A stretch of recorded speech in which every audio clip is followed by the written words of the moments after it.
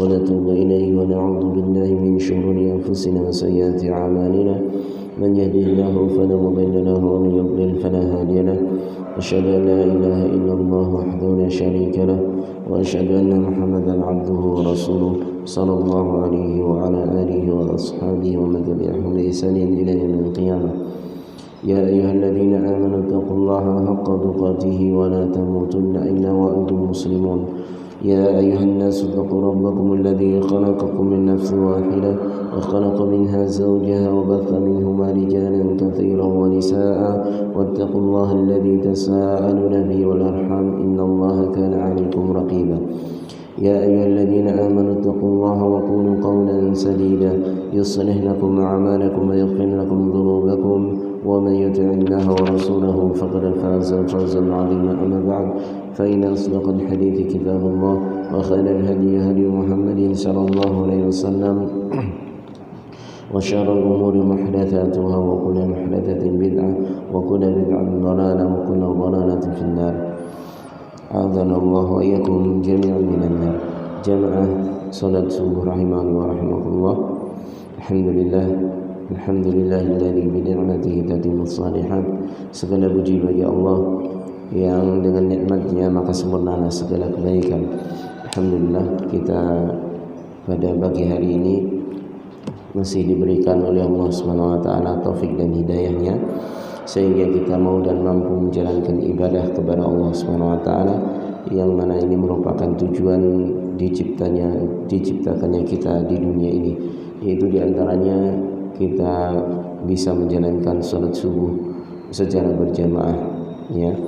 Mudah-mudahan Allah Subhanahu wa taala menerima salat subuh kita dan menjadikannya salah satu di antara pemberat timbangan amal kebaikan kelak kita di akhirat. Allahumma amin. Baik, kita setelah salat subuh seperti biasa yaitu ba'da subuh setiap hari Ahad kita belajar bersama, yaitu belajar berkaitan dengan akidah ya, dari kitab Syarah Lum'atul I'tiqad Al-Hadi ila Sabil Rasyad. Baik, kita masuk pada fasal yang diberi judul oleh penulis yaitu Ibnu Qudamah Al-Maqdisi rahimahullah taala, Al-imanu bi kulli ma akhbara bihi Rasul, yaitu iman dengan setiap apa yang dikabarkan dengannya Rasulullah sallallahu alaihi wasallam.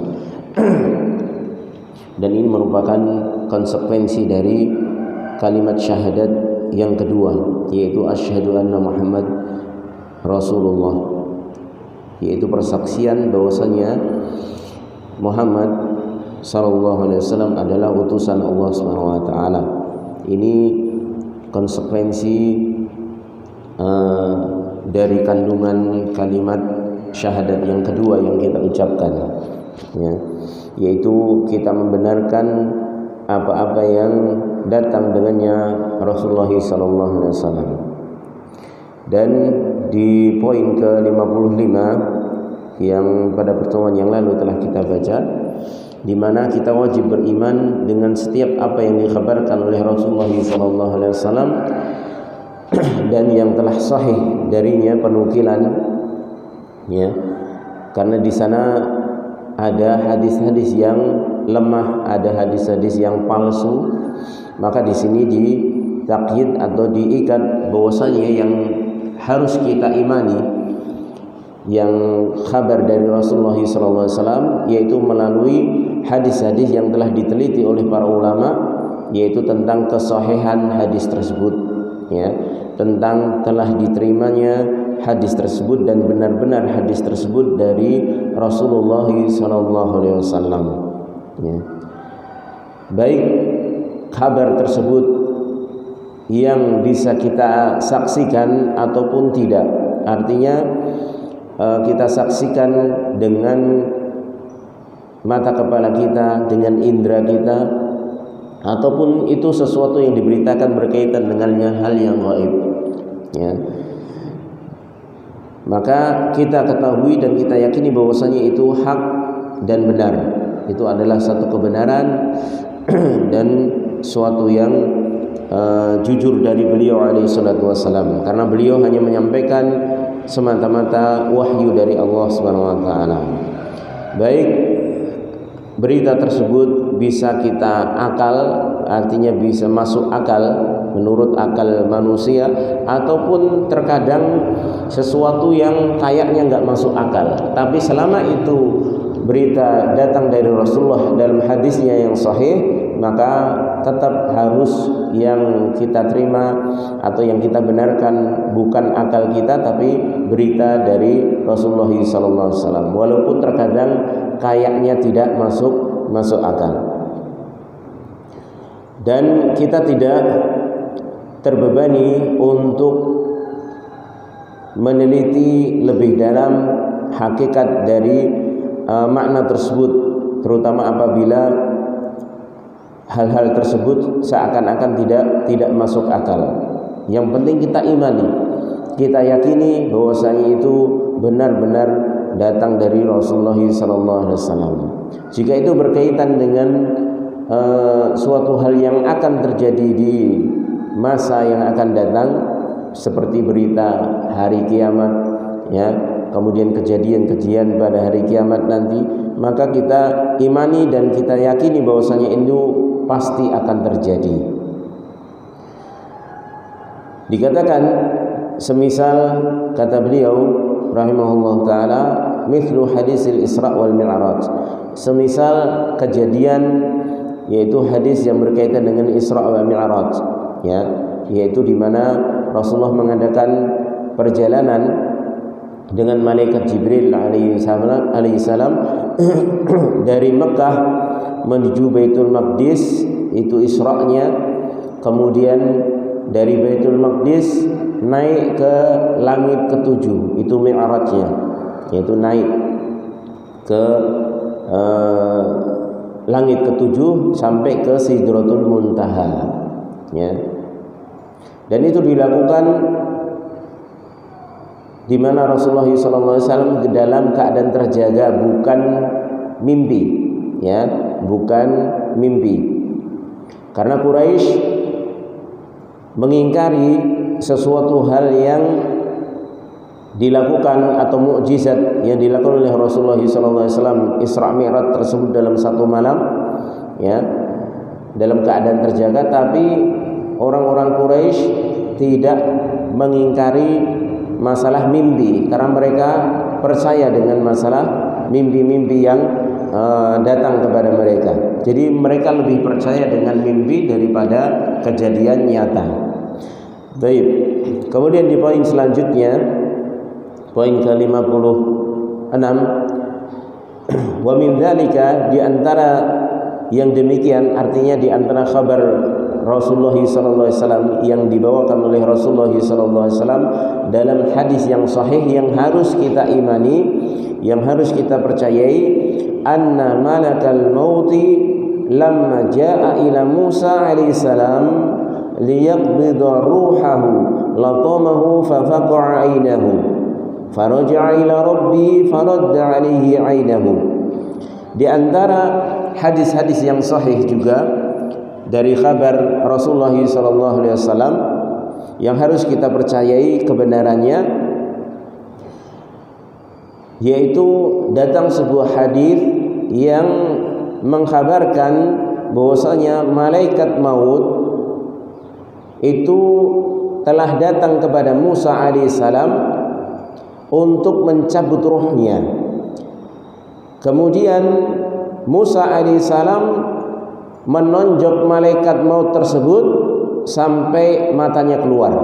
Jadi malakul maut itu pernah ditonjok atau dipukul oleh Nabi Musa alaihissalam sampai kemudian matanya keluar. Tapi ini nanti akan dijelaskan dalam hadis bahwasanya kejadian tersebut itu manakala malakul maut atau malaikat maut berubah menjadi sosok manusia, bukan wujud asli sebagai malaikat, ya, bukan sebagai sosok asli sebagai malaikat di mana Allah telah menciptakannya, ya.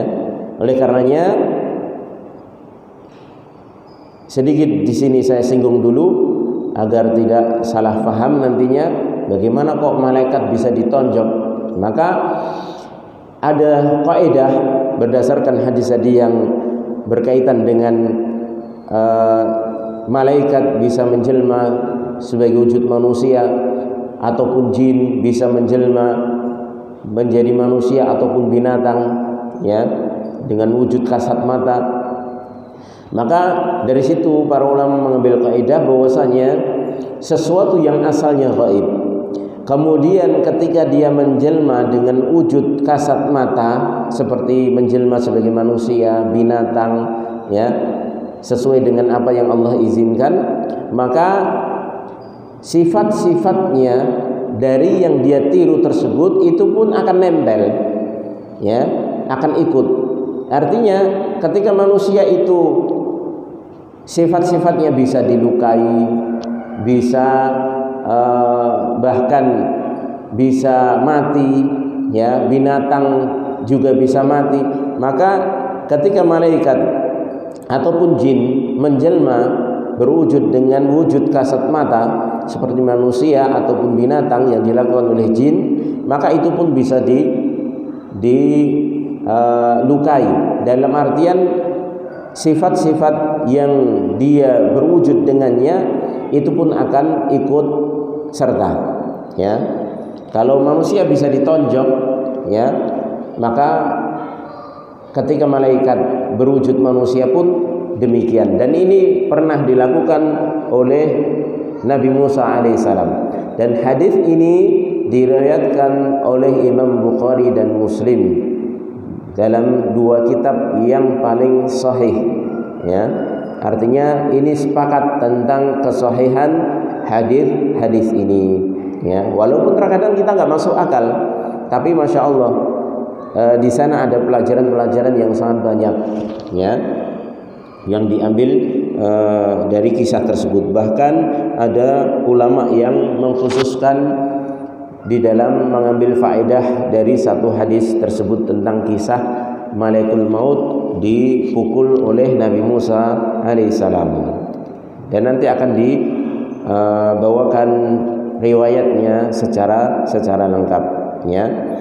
Adapun ini hanya sekedar poin-poin saja yang dibawakan oleh Ibnu Qudamah al-Maqdisi untuk menunjukkan bahwasanya di antara khabar yang sering didustakan oleh kaum muslimin sendiri yaitu kisah ini, karena mereka menganggap ini kisah nggak masuk akal katanya, padahal ini benar dari Rasulullah SAW. Dan konsekuensi dan sekaligus kewajiban kita yaitu kita membenarkan apa yang disampaikan oleh Rasulullah SAW dalam hadis yang sahih. Kemudian faraja ila rabbih faradda alaihi ainahu. Kemudian malakul maut setelah itu kembali kepada Rabbnya, kepada Allah SWT, naik ke atas, ya. Kemudian mengadu kepada Allah SWT bahwasanya engkau mengutus aku kepada seorang hamba yang tidak mau mati katanya. Maka Allah pun mengembalikan mengembalikan matanya yang ditonjok Nabi Musa tadi. Baik, nanti akan lebih lanjutnya insyaallah. Baik, kita lihat dulu penjelasan dari Syekh Muhammad bin Shalih Al-Utsaimin rahimahullahu taala. Yang pertama as-sam'iyat, ya. Dalil sam'iyat, as-sam'iyat kullu ma thabata bisam'i. Dikatakan dalil-dalil sam'iyat itu setiap apa yang tetap dengan as-sam', dengan pendengaran, ai bi tariqi syar'i, artinya dengan jalan syar'i, ya, dengan jalan dalam Al-Qur'an maupun hadis. Dan itu dikatakan sam'iyat karena Al-Qur'an itu dibacakan, hadis itu juga dibacakan, makanya disebut dalil sam'iyat secara syar'i. Walam yakun lil aqli fiha, dan dikatakan sam'iyat dalil yang didengar, yang bisa didengar karena dibacakan juga dikatakan sam'iyat dikarenakan lam yakun lil aqli fiha, karena tidak ada jalan untuk akal ikut campur di dalamnya. Artinya itu hanya sekedar apa yang kita dengar kemudian harus kita yakini. Itu namanya sam'iyat. Dalil sam'iyat itu seperti itu. Jadi akal nggak boleh ikut campur. Ya. Dalil sam'iyat itu pada asalnya akal nggak boleh ikut campur. Artinya walaupun kita dengar dari Al-Quran, dari hadis, terkadang kok nggak masuk akal, maka memang itu bukan ranah akal pada dasarnya. Berbeda kalau dalil akli, ada sam'iyat, ada akliyat. Ya, kalau dalil akli itu memang akal, ya, diajak untuk berpikir karena itu masuk akal, ya, karena itu masuk akal, ya. Misalnya seperti dalil kemarin tentang iman itu yazid wa yanqus, iman itu bisa bertambah, bisa berkurang, ya kan? Dalilnya apa dari sam'iyat? Dalilnya bahwasanya Allah Subhanahu wa taala telah menyatakan liyazdadu imanan ma'a imanihim, agar supaya Allah menambah atau agar supaya iman mereka bertambah bersamaan dengan iman yang ada pada mereka. Ini dalil sam'iyat bahwasanya Allah telah berfirman iman itu bisa bertambah. Kemudian dalil aklinya bagaimana? Dalil aklinya bahwasanya kalau sesuatu itu bisa bertambah, maka secara akal sesuatu itu juga bisa berkurang. Karena sesuatu yang ditambah itu pasti sesuatu tersebut bisa menerima tambahan. Artinya sesuatu yang semula kadarnya belum sampai derajat penuh, ya, masih kondisi kurang, makanya bisa ditambah, ya. Makanya ketika tidak ada tambahan tersebut dikatakan kurang, ya, seperti itu. Secara akalnya seperti itu, ya. Baik, kembali kepada dalil sam'iyat. Dalil sam'iyat adalah dalil yang didengar, ya, dari jalan syar'i, ya, yaitu Al-Quran maupun sunnah Nabi SAW yang sahih, yang mana tidak ada atau tidak boleh akal ikut campur di dalamnya. Itu pada asalnya. Jadi masuk akal nggak masuk akal, kalau kita sudah mendengar dari Al-Quran, dari hadis yang sahih, terima itu, ya, karena Al-Quran, As-Sunnah yang sahih itu kebenarannya mutlak. Allah dan Rasulnya itu kebenaran mutlak, ya, mutlak benar, ya. Jadi nggak ada pengecualian, ya. Oh, kecuali ini harus ditolak, enggak, ya. Selama itu dari Al-Quran, dari hadis yang sahih, maka itu mutlak kebenaran dan wajib kita yakini, walaupun terkadang akal tidak mau menerima, maka akal yang ditundukkan, akal yang harus mengikut dalil, ya. Makanya di sini dikatakan walam yakun lil aqli fiha madkhalun, maka tidak ada tempat untuk masuk bagi akal. Wa kullu ma thabata 'anil nabi sallallahu alaihi wasallam min akhbarin, dan setiap apa yang telah tetap dari Nabi SAW dari khabar-khabar, fahiya haqqun, maka ia adalah satu kebenaran yang pasti, yajibu tasdiquhu, wajib untuk membenarkannya, sawaun syahadnahu bihawasina, baik hal tersebut kita bisa saksikan dengan indera kita, dengan panca indera kita, au ghaba anna, ataupun itu sesuatu hal yang gaib. Wa sawa'un adraknahu biuqulina, baik sesuatu yang dikhabarkan tersebut bisa kita indra dengan akal, artinya masuk akal, am lam nudrikhu liqaulihi ta'ala, ataupun sesuatu yang tidak bisa kita indra dengan akal. Ini berdasarkan firman Allah Subhanahu wa taala dalam surah Al-Baqarah ayat 119. Allah Subhanahu wa taala berfirman, inna arsalnaka bil haqq basyiran wa nadhira wa la tus'alu an ashabil jahim. Sesungguhnya kami, kata Allah Subhanahu wa taala, telah mengutusmu wahai Muhammad bil haqq, dengan kebenaran. Ini Allah sendiri yang menyatakan bahwasanya Allah mengutus Rasulullah SAW dengan kebenaran. Artinya apapun nanti yang dikabarkan, yang diucapkan oleh Nabi SAW berkaitan dengan kerasulan, berkaitan dengan agama Islam ini, terutama berkaitan dengan khabar-khabar, maka itu adalah satu kebenaran dari Allah SWT, karena Allah sendiri yang menyatakan, inna arsalnaka bil haq, sesungguhnya kami telah mengutusmu dengan kebenaran, basyiran wa nadhiran, yang engkau keadaannya itu ketika aku mengutusmu yaitu dengan memberikan kabar gembira dan peringatan, yaitu Rasulullah SAW akan mengkabarkan berita gembira bagi orang-orang yang taat dan akan memperingatkan dengan peringatan-peringatan bagi orang-orang yang belum beriman ataupun membangkang. Wala tus'alu an ashabil jahim, dan engkau tidak akan bertanggung jawab, artinya tidak akan pernah ditanya tentang para ahlu neraka, ya, ahli neraka. Ya, artinya mereka diazab itu bukan tanggung jawab Nabi SAW. Tanggung jawab Nabi adalah hanya menyampaikan, ya.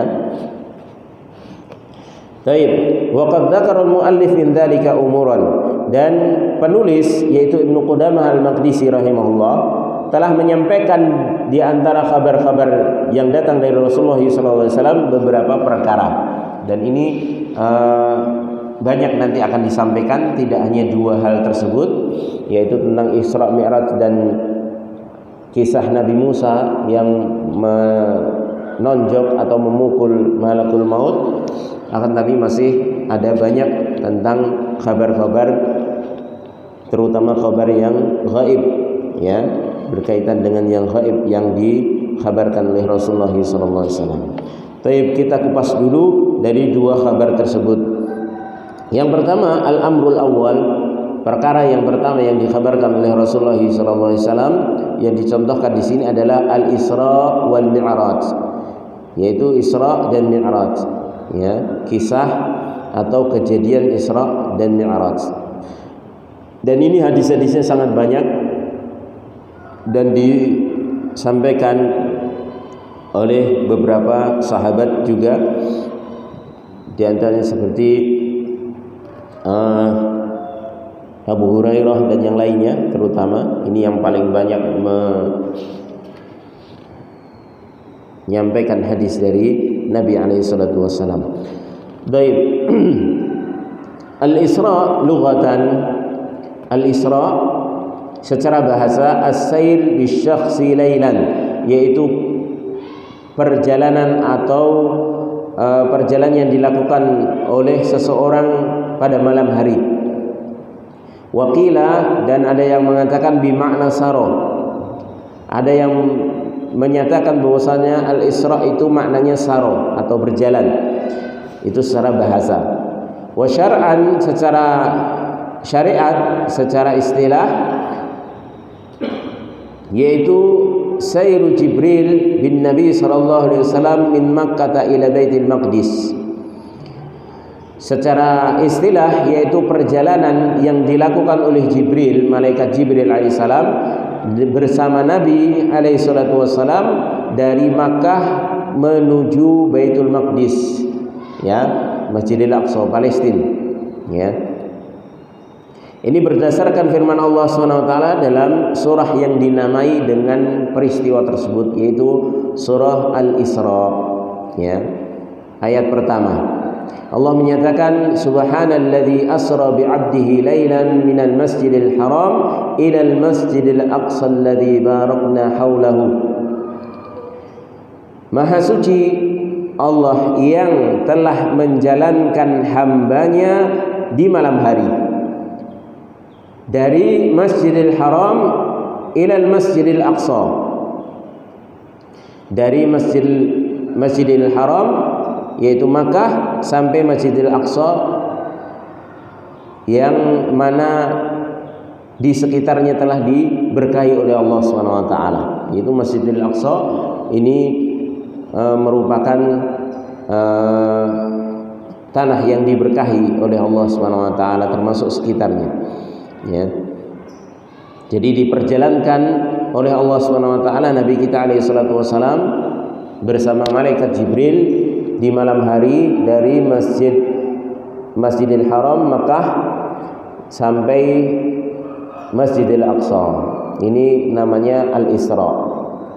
Wal Mi'raj, adapun Mi'raj lughatan secara bahasa al-alah, yaitu alat, ya, allati yu'raju biha wayal maqsad, ya, alat yang digunakan untuk naik dengannya atau disebut tangga, ya.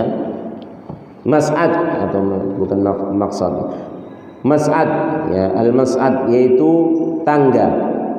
Ini secara bahasa Mi'raj itu tangga. Wa syar'an, secara syariat, ya, secara syar'i atau istilah, as-sulam, yaitu tangga alladzi urija bihi Rasulullah sallallahu alaihi wasallam minal ardi ila sama, yaitu tangga yang digunakan untuk naik atau dinaikkannya Rasulullah sallallahu alaihi wasallam dari bumi ke langit, ya. Jadi bumi ke langit, ya, itu naik, ya. Seperti naik tangga, makanya dikatakan Mi'raj, ya.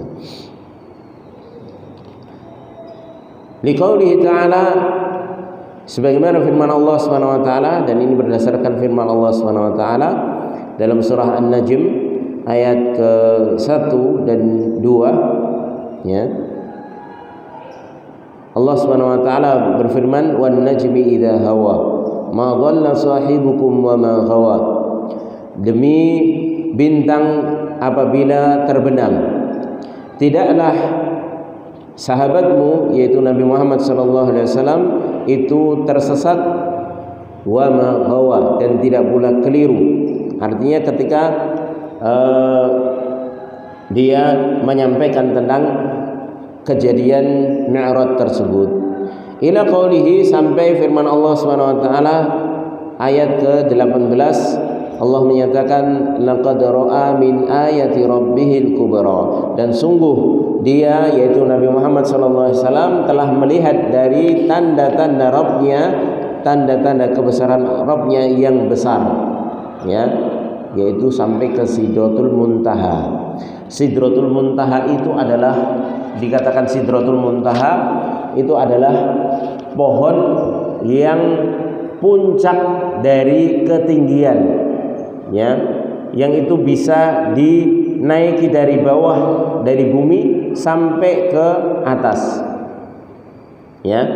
Dan itu digambarkan oleh Rasulullah sallallahu alaihi wasallam dalam hadis tentang Mi'rajnya beliau.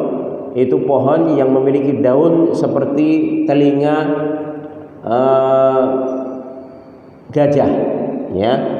Dan keindahannya, kata Rasulullah, tidak ada satupun orang yang bisa mensifati keindahannya, sangat-sangat indah, ya.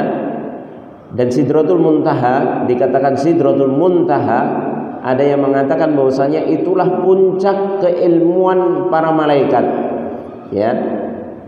Dikatakan puncak keilmuan para malaikat karena setelah itu malaikat sudah tidak bisa naik lagi, tidak ada yang sanggup ke Sidratul Muntaha kecuali Rasulullah sallallahu alaihi wasallam, ya. Itu Sidratul Muntaha, yaitu sebuah pohon yang tinggi, ya. Dan itu sudah puncak dari ketinggian, ya, puncak ketinggian dari makhluk Allah Subhanahu wa taala. Baik. Wa kana fi lailatin wahidatin 'indal jumhur, dan Isra dan Mi'raj tersebut terjadi di satu malam saja. Indal jumhur, ya, menurut jumhur ulama, dan ini yang benar insyaallah ya. Karena memang dalam ayatnya jelas ya bahwasanya Allah SWT memperjalankan Nabi SAW di satu malam dari Masjidil Haram sampai Masjidil Aqsa. Walil ulama, adapun para ulama khilafun, ada sedikit permasalahan atau khilaf, perselisihan di antara mereka, mata kanat, kapan terjadinya tepatnya, fayurba bisanadin munqati', maka diriwayatkan dengan sanad yang terputus, artinya hadisnya lemah. An Ibnu Abbas wa Jabir radhiyallahu anhum, dari Ibnu Abbas dan juga Jabir radhiyallahu anhum, annaha Lailatul Itsnain, bahwasanya itu terjadi di malam Senin ya, Ats-Tsani Asyar min Rabiul Awal, yaitu 12 Rabiul Awal, malam Senin 12 Rabiul Awal. Walam yu'ayyinna as-sanah, akan tapi keduanya Ibnu Abbas maupun Jabir radhiyallahu ta'ala anhum tidak menentukan atau tidak memastikan tahunnya kapan ya, tahunnya kapan. Ini diriwayatkan Ibnu Abi Syaibah, tapi hadisnya munqati, sanadnya terputus, artinya ini lemah, tidak bisa dijadikan patokan ya. Wa yurwa 'an Zuhri wa Urwah annaha qabla al-hijrah bi sanatin ya. Dan diriwayatkan, ada riwayat lagi dari Az-Zuhri dan juga Urwah bahwasanya kejadian tersebut 1 tahun sebelum hijrah ya. Rawahul Baihaqi, diriwayatkan Imam Al-Baihaqi. Fatakunu fi Rabiul Awal, yaitu di bulan Rabiul Awal. Walam yu'ayyinna al-lailah, akan tapi Az-Zuhri dan Urwah ini juga tidak menentukan atau memastikan malamnya kapan ya. Kalau tadi riwayat yang pertama itu malam Senin ya, tapi kalau ini tidak disebutkan Rabiul Awal, tapi malamnya malam apa enggak disebutkan. Wa qalahu Ibnu Sa'ad wa ghairuhu wa hazimahu bihi Nawawi rahimahullahu taala. Dan ini yang dipegang pendapat ini oleh Ibnu Sa'ad dan yang lainnya, dan menjadi pendapat atau yang dipastikan oleh Imam An-Nawawi rahimahullahu taala. Wa yurwa 'anis Sadi, dan diriwayatkan dari Imam As-Sadi rahimahullah annaha qabla al-hijrah bi 16 syahran, bi 16 syahran ya. Ada riwayat dari As-Sadi rahimahullah bahwasanya kejadian tersebut adalah 16 bulan sebelum hijrah. Jadi hampir 1,5 tahun ya, 1,5 tahun kurang ya, 16 bulan sebelum hijrah. Rawahul Hakim, diriwayatkan Imam Al-Hakim. Fatakunu fi Dzulqa'dah, dan itu terjadi di bulan Dzulqa'dah. Wa qila qabla al-hijrah, ada lagi pendapat yang mengatakan kejadian tersebut sebelum hijrah bi 3 sinin ya, yaitu 3 tahun sebelum hijrah. Wa qila bi 5, dan dikatakan 5 tahun sebelum hijrah. Wa qila bi 60, dan dikatakan juga 6 tahun sebelum hijrah ya. Ala kulli hal, semua riwayatnya masih diperselisihkan ya, tentang kesahihan dan kedhaifannya. Ada yang jelas pasti dhaifnya, ada yang masih diperselisihkan ya. Yang pasti kejadian tersebut Allah memang berkehendak untuk tidak dipastikan kapannya. Artinya Allah memang menyembunyikan. Dengan adanya perselisihan tersebut, berarti kejadian tersebut tidak dipastikan tepatnya kapan ya, tepatnya kapan. Hanya perkiraan-perkiraan dari para ulama ya, baik mengambil dari hadis-hadis yang dhaif ya, riwayat-riwayat yang dhaif ya, tapi ini mengambil atau menjadikan kita bisa mengambil pelajaran penting. Kalau kita lihat peristiwa-peristiwa besar yang itu merupakan bagian dari mukjizat Nabi alaihi salatu wasallam, ya, seperti Isra Mi'raj, ya, kemudian nuzulul Quran, turunnya Al-Quran, ini tidak ada kata sepakat kapan terjadinya, ya, tidak ada kata sepakat kapan terjadinya, ya. Ini menunjukkan bahwasanya Allah tidak menginginkan dalam syariat Islam ini kejadian-kejadian itu untuk diperingati, ya. Ini harus kita camkan di sini, dan ini penting. Ini menjadi ibrah pelajaran bagi kita ketika ada peristiwa besar dalam Islam.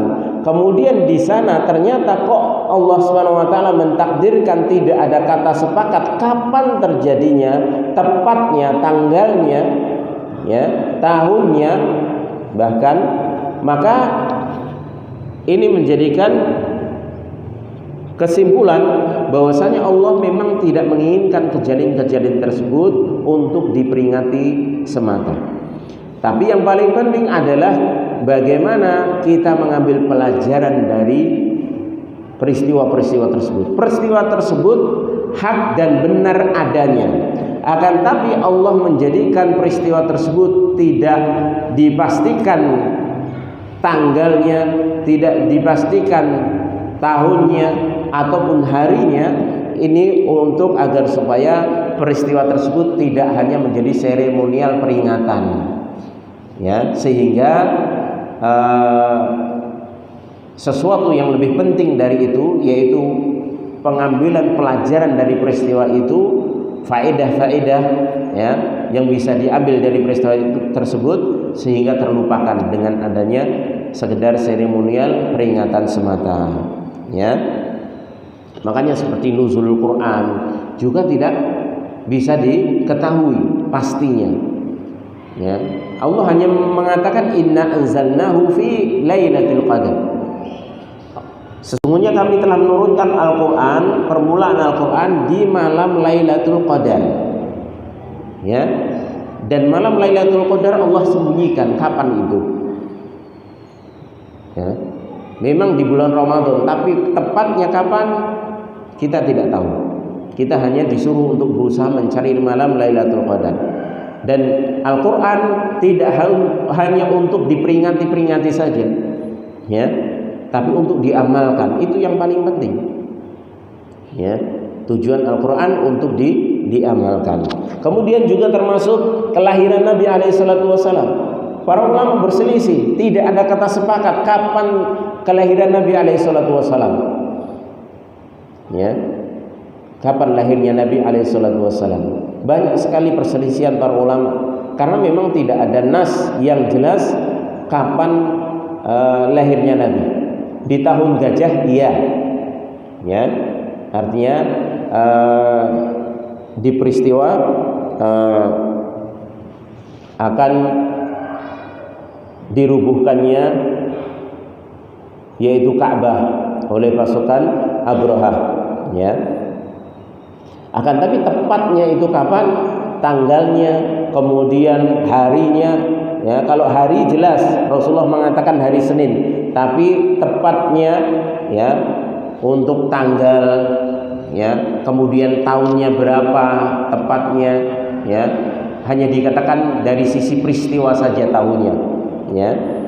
Maka ini menunjukkan bahwasanya bukan itu yang paling penting, yaitu bukan peringatan tentang kelahiran Nabi, tapi tentang bagaimana kita mensikapi diutusnya Nabi kita Muhammad SAW menjadi Rasul terakhir. Konsekuensi apa yang harus kita jalani, yang harus kita penuhi terhadap kerasulan Nabiullah Muhammad SAW, ya.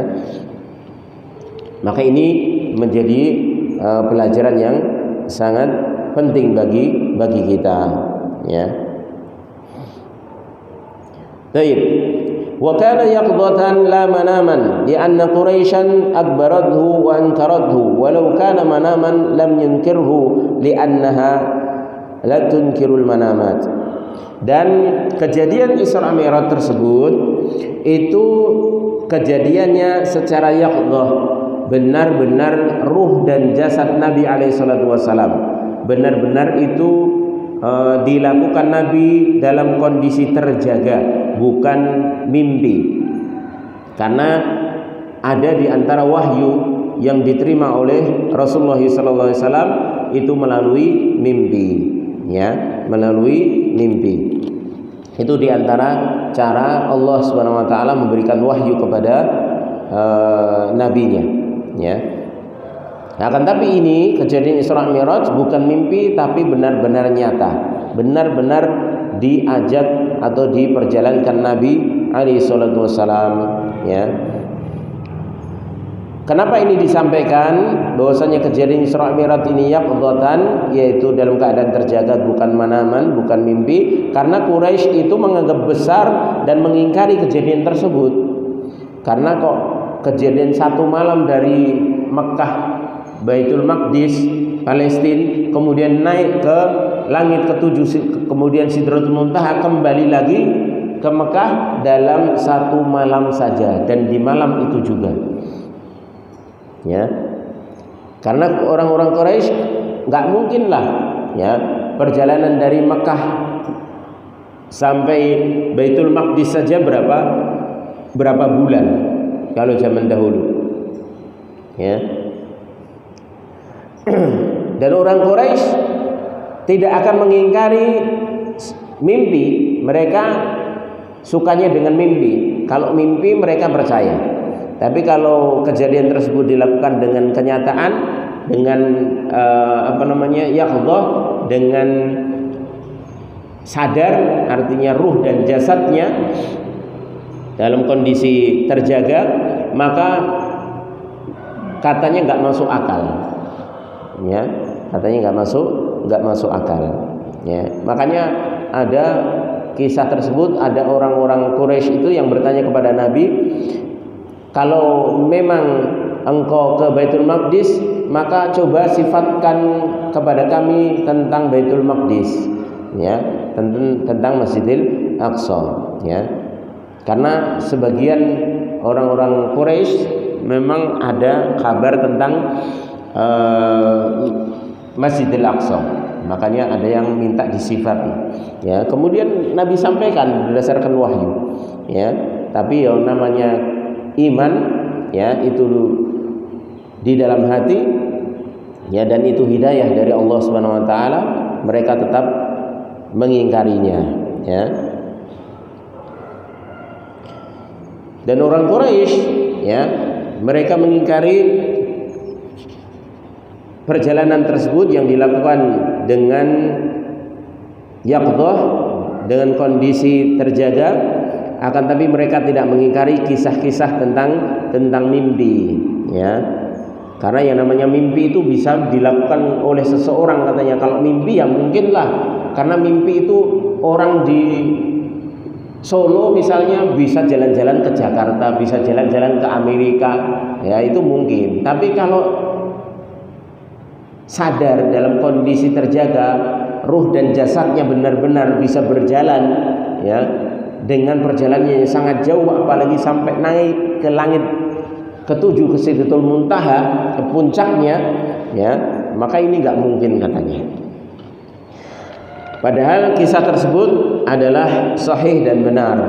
Oleh karenanya yang pertama kali membenarkan adalah Abu Bakar As-Siddiq, ya. Abu Bakar As-Siddiq nggak ragu sama sekali ketika disampaikan berita tersebut, bahwasanya sahabatmu ini, yaitu Muhammad SAW, yang kamu anggap itu nabi dan utusan Allah Subhanahu wa taala, dia telah menyampaikan bahwasanya dia telah melakukan perjalanan dari Makkah sampai ke Baitul Maqdis, kemudian ke Sidratul Muntaha, ke langit ketujuh, kemudian turun lagi, ya. Maka Abu Bakar spontan langsung mengatakan, kalau memang itu disampaikan oleh Muhammad, maka saya percaya, bahkan lebih dari itu, ya, bahkan lebih dari itu. Makanya orang-orang Quraisy pada waktu itu kecewa, ya, karena mereka, kalau Abu Bakar ini bisa goyah imannya, maka sudah, ya, untuk menggoyahkan keimanan yang lainnya mudah. Karena yang paling kuat keimanannya itu adalah Abu Bakar As-Siddiq. Makanya Abu Bakar As-Siddiq radhiyallahu ta'ala anhu itu menjadi sahabat terbaik, ya, sahabat terbaik, ya, setelah Nabi alaihi salatu wasallam, ya, manusia terbaik dari seluruh para nabi dan rasul, ya. Makanya sampai Rasulullah mengatakan kalau seandainya imannya seluruh manusia selain nabi dan rasul itu ditimbang dengan keimanan Abu Bakar, maka keimanan Abu Bakar jauh lebih berat. Jauh lebih berat, ya. Dan keutamaan Abu Bakar terletak di sini, ya. Makanya ada sebagian ulama mengatakan kita ini diungguli oleh Abu Bakar, ya.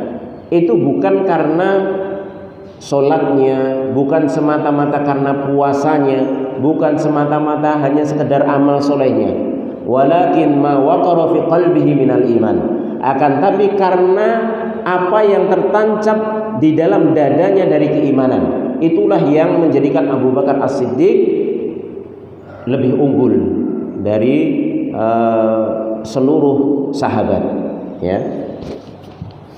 Karena keimanannya nggak ragu sama sekali, ya.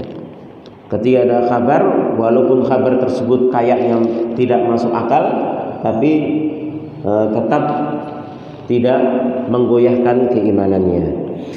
Taib, kisah Isra Mi'raj tersebut sedikit saya sampaikan di sini, yaitu di satu malam yang dari Makkah ke Masjidil Aqsa itu menaiki seekor binatang atau kendaraan. Makanya Nabi SAW kenapa bisa cepat dengan malaikat Jibril, itu bukan menggunakan kekuatan malaikat Jibril, tapi menggunakan kekuatan binatang, ya, yaitu yang dinamakan buraq. Buraq itu disifati oleh Rasulullah SAW dalam hadis ad-dabah al-abyad at-tawilah, yaitu binatang yang dia itu putih warnanya dan panjang. Adapun tingginya itu lebih rendah daripada himar, ya, keledai, ya, lebih tinggi daripada keledai, ya, fauqal himar wadunal bighal, ya, dan lebih rendah daripada bighal. Bighal itu silangan kuda dengan keledai. Keledai dikawinkan dengan kuda, itu nanti keluarnya bighal namanya. Bighal, ya. Bighal itu lebih nanti tengah-tengah, lebih rendah dari kuda, lebih tinggi dari himar. Adapun buraq ini itu lebih tinggi dari himar, lebih rendah dari bighalnya, ya. Jadi tingginya segitu, ya. Nanti bisa browsing mungkin himar atau bighal itu bagaimana, dan nanti buraq itu di tengah-tengahnya tingginya, tapi bentuknya panjang kata Rasulullah, putih panjang, dan kecepatannya itu satu kali langkah kakinya itu bisa sampai sejauh matanya memandang, ya, bisa sampai sejauh mata memandang. Bayangkan hewan itu kalau memandang pandangannya lebih jauh, lebih tajam dibandingkan manusia, ya. Itu secara penelitian hewan apapun, apalagi hewan yang menggunakan untuk mencari mangsa biasanya indranya dengan mata, maka matanya lebih tajam, ya. Secara umum hewan itu lebih tajam matanya dibandingkan manusia, ya. Dan itu sekali mengangkat kakinya buraq itu jauhnya sejauh mata memandang, ya. Dan itu dinaiki oleh Nabi kita Muhammad SAW, ya. Adapun ketika naik, ya, sebelumnya ketika sampai Masjidil Aqsa, maka buraq itu diikat, kata dalam kisah tersebut Rasulullah mengikat buruk tersebut dengan sesuatu ikatan yang digunakan oleh para nabi untuk mengikat tunggangannya juga, ya. Karena di waktu itu Allah Subhanahu wa taala juga menurunkan para nabinya semuanya ke Masjidil Aqsa, ya. Kemudian tunggangan mereka semuanya diikat di tiang masjid, dan kemudian Nabi sholat mengimami para nabi, sholat 2 rakaat, ya, sholat dua rakaat. Kemudian setelah itu Nabi naik bersama malaikat Jibril, ya, menaiki langit demi langit, ya. Kemudian langit pertama itu bertemu dengan Nabi Adam alaihissalam. Kemudian di langit kedua bertemu dengan Nabi Isa dengan Yahya bin Zakaria, ya, alaihissalam, karena ini 2 nabi yang sezaman, ya. Kemudian di langit ketiga bertemu dengan Nabi Yusuf alaihissalam, ya, dan semuanya mengucapkan selamat datang dan mendoakan kebaikan kepada Nabi Muhammad SAW. Di langit ketiga bertemu Nabi Yusuf, dan kata Nabi Muhammad SAW, Nabi Yusuf itu u'tiya syatral husni. Nabi Yusuf itu diberikan separuh dari ketampanan yang ada di dunia. Bayangkan. Makanya nggak heran kalau ada wanita pegang pisau dengan buah apel, suruh ngiris buah apel yang dipotong tangannya tanpa terasa, sambil lihat Nabi Yusuf alaihissalam. Saking gantengnya, ya, saking gantengnya, separuh ketampanan yang ada di dunia itu diberikan kepada Nabi Yusuf. Ini nabi yang paling ganteng, ya. Kemudian yang keempat, di langit keempat, naik ke langit keempat bertemu dengan Nabi Idris, ya, yang Allah Subhanahu wa taala berfirman tentangnya, wa rafa'nahu makanan 'aliyya, dan kami angkat Nabi Idris ke tempat yang tinggi, yaitu ditempatkan di langit keempat. Kemudian di langit kelima bertemu dengan Nabi Harun, ini kakaknya Nabi Musa alaihissalam, ya, yang diangkat menjadi nabi dengan sebab permintaan Nabi Musa kepada Allah Subhanahu wa taala untuk menemani ketika berdakwah dengan Fir'aun. Ini kakaknya, ya. Kemudian yang keenam bertemu dengan Nabi Musa, ya, alaihissalam. Kemudian di langit ketujuh bertemu dengan Nabi Ibrahim alaihissalam, ya, dan beliau sedang musnidan, ya, ila Baitul Ma'mur, yaitu sedang bersandar di Baitul Ma'mur. Baitul Ma'mur itu ada di langit ketujuh, dan itu kata para ulama seperti Ka'bah di dunia, akan tapi lebih mulia, ya, karena memang berada di langit ketujuh. Dan kata Rasulullah sallallahu alaihi wasallam ketika mengatakan Nabi Ibrahim itu sedang musnidan ila Baitul Ma'mur, sedang bersandar di Baitul Ma'mur, senden ibaratnya, sedang bersandar, itu menunjukkan bahwasannya setelah kematian itu sudah tidak ada lagi ibadah, ya, sudah tidak ada lagi ibadah, ya. Makanya Nabi Ibrahim sudah nggak sholat, nggak apa, nggak ibadah, ya, tinggal santai saja, tinggal nanti menunggu hari kiamat, kemudian segala ibadah yang dilakukan ketika di dunia itu semuanya diperhitungkan, ya. Apa yang dilakukan oleh manusia di dunia diperhitungkan. Adapun setelah kematian, ya, tidak ada lagi jenis ibadah, nggak ada lagi sholat, ya, nggak ada lagi ibadah-ibadah yang lainnya, tidak puasa dan lain sebagainya, ya.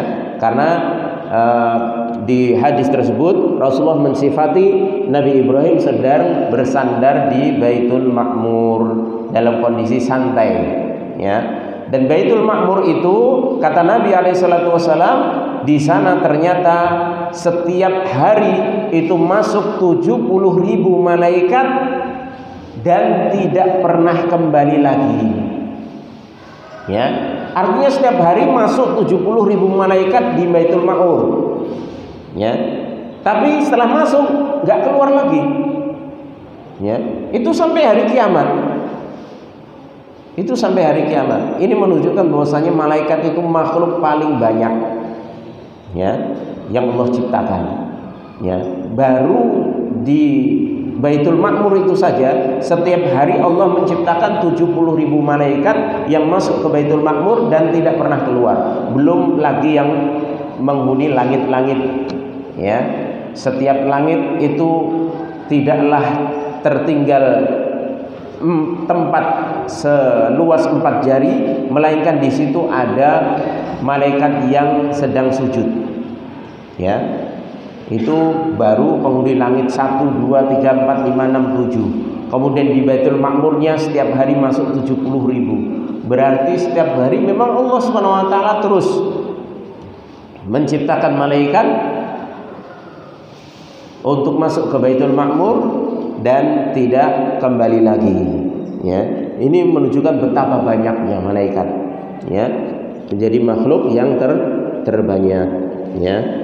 Kemudian setelah itu sampai langit ketujuh, setelah bertemu Nabi Ibrahim alaihissalam, maka Rasulullah naik ke Sidratul Muntaha tadi. Ya, Sidratul Muntaha. Kemudian Rasulullah mensifatkan tentang keindahan Sidratul Muntaha tersebut, yaitu sebuah pohon yang puncak, dan itu naik sendiri, tidak bersama Jibril, karena memang disitulah puncak dari keilmuan para malaikat. Artinya malaikat sudah tidak bisa naik lagi kecuali Rasulullah SAW. Maka Rasulullah sampai mengatakan tidak ada yang bisa mensifati indahnya Sidratul Muntaha. Ya. Kemudian disitulah Rasulullah menerima salah satunya, yaitu kewajiban sholat 50 kali atau 50 waktu dalam satu hari semalam. Itu sholat 50 kali pada asalnya. Ya. Kemudian Rasulullah turun lagi sampai ke langit ke-6, bertemu Nabi Musa, ditanya apa yang diwajibkan oleh Rabbmu, yaitu Allah SWT. Kata Nabi, sholat 50 kali. Kata Nabi Musa, kembali kepada Rabbmu, irji ila rabbik, kembali ke Allah SWT Rabbmu, minta keringanan. Sungguh aku telah mencoba hal itu kepada umatku Bani Israel dan tidak sanggup, mereka keberatan. Apalagi umatmu, ya, umat yang kecil-kecil, ya, kecil badannya, ya, sedikit umurnya, ya, maka suruh kembali. Maka Nabi pun kembali, naik lagi ke Sidratul Muntaha, dikurangi jadi 45. Turun lagi, Nabi Musa masih minta keringanan lagi, suruh minta keringanan, umatmu gak sanggup, umatku saja keberatan. Naik lagi, kemudian dikurangi 5 lagi, 40, turun lagi, demikian terus, dikurangi 5, 5, 5, 5, sampai kemudian menjadi 10, naik lagi, dikurangi 5, kurangi 5, ketika turun lagi Nabi Musa, berapa? Jadi berapa? 5. Naik lagi, minta keringanan lagi. Ya, umatmu masih keberatan itu. Ya, subhanallah. Ya, para nabi itu perhatian dengan umatnya, tidak mementingkan diri sendiri. Kalau seandainya ibadah itu hanya untuk para nabi dan rasul, mereka kuat-kuat saja. Mereka manusia-manusia yang luar biasa, manusia pilihan. Ya, sholat sampai bengkak-bengkak pun dilakukan dalam rangka bersyukur kepada Allah SWT. Ya, masih 5 kali waktu sholat masih minta dikurangi. Maka Rasulullah sudah mengatakan, ini astahyaitu Rabbi, aku sudah malu sama Allah SWT, minta keringanan terus. Maka kemudian Allah menyatakan, ya, bahwasanya sudah ditetapkan bahwasanya sholat yang difardukan untuk umatmu adalah 5 kali, dan itu setara dengan 50 kali. Artinya kita melakukan sholat 5 waktu ini, itu pahalanya di sisi Allah seperti pahala di awal ditetapkannya, yaitu 50 kali. Subhanallah, maha murahnya Allah SWT. Tapi kenapa kita masih keberatan? Ya, coba bayangkan kalau Nabi kita itu nggak mikir, Nabi Musa juga nggak mikirkan kita selaku umat Nabi Muhammad, umat terakhir yang lemah-lemah imannya, Bayangkan kalau kemudian turun 50 kali kemudian tidak dinasihati sama Nabi Musa alaihissalam, sudah 50 kali. Bayangkan 5 kali saja kita tahu sendirilah ya, masih alasan ini dan itu, tinggalkan sholat, atau bahkan hanya masih sekali 2 kali ya, atau bahkan nggak pernah sholat sama sekali. Coba kalau 50 kali ya, sudah nggak ada waktu kita untuk kerja, nggak ada waktu kita untuk santai-santai. 50 kali sehari semalam, bayangkan ya. Banyak dari kita mungkin nggak mau masuk Islam mungkin ya, kalaupun Islam sejak lahir murtad mungkin ya, naudzubillah, nasallallahu salamata wal afiyah. Subhanallah, maha rahmatnya Allah Subhanahu wa taala, kasih sayangnya Allah Subhanahu wa taala. Minta keringanan dikasih keringanan dari 50 sampai 5 kali. Maka kita harusnya bersyukur kepada Allah Subhanahu wa taala.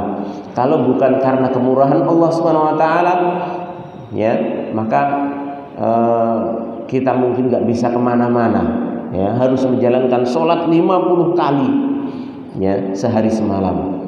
Entah itu waktunya gimana itu ya. Maka kita sekali lagi kita bersyukur kita jalani dari sholat 5 waktu tersebut yang nilainya setara dengan 50 kali ya. Itu pun sebentar. Sekali sholat paling berapa? 5 menit, 10 menit. 10 menit itu sudah gertumel ya, sudah yak watak-watuk ya. Ya. Diham-dehem istilahnya. Ini kok randang takbir imame ya. Masya Allah ya. Alhamdulillah ya, kita dijadikan umat Nabi Muhammad SAW, tapi tidak menyertai Nabi SAW. Kalau menyertai Nabi dengan modal keimanan seperti ini, sudah kita mungkin jadi pengikutnya Abu Jahal mungkin ya. Baik ya, kita bersyukur jadi umatnya Nabi, masih jadi umatnya Nabi Muhammad SAW. Baik, wallahu a'lam bishawab. Itu sedikit ringkas dari peristiwa Isra Mi'raj yang harus kita yakini, yang harus kita benarkan bahwasanya itu benar adanya, dan itu diriwayatkan dalam hadis yang sahih ya, dan itu termasuk mukjizat yang besar yang diberikan oleh Allah Subhanahu wa taala kepada Nabi kita Muhammad sallallahu alaihi wasallam. Insyaallah pada pertemuan yang akan datang kita masuk pada kabar dari Rasulullah sallallahu alaihi wasallam yang kedua, yaitu kisah malaikat ya maut yang dipukul oleh Nabi Musa alaihissalam. Baik, wallahu a'lam bishawab. Kurang lebihnya saya mohon maaf ya.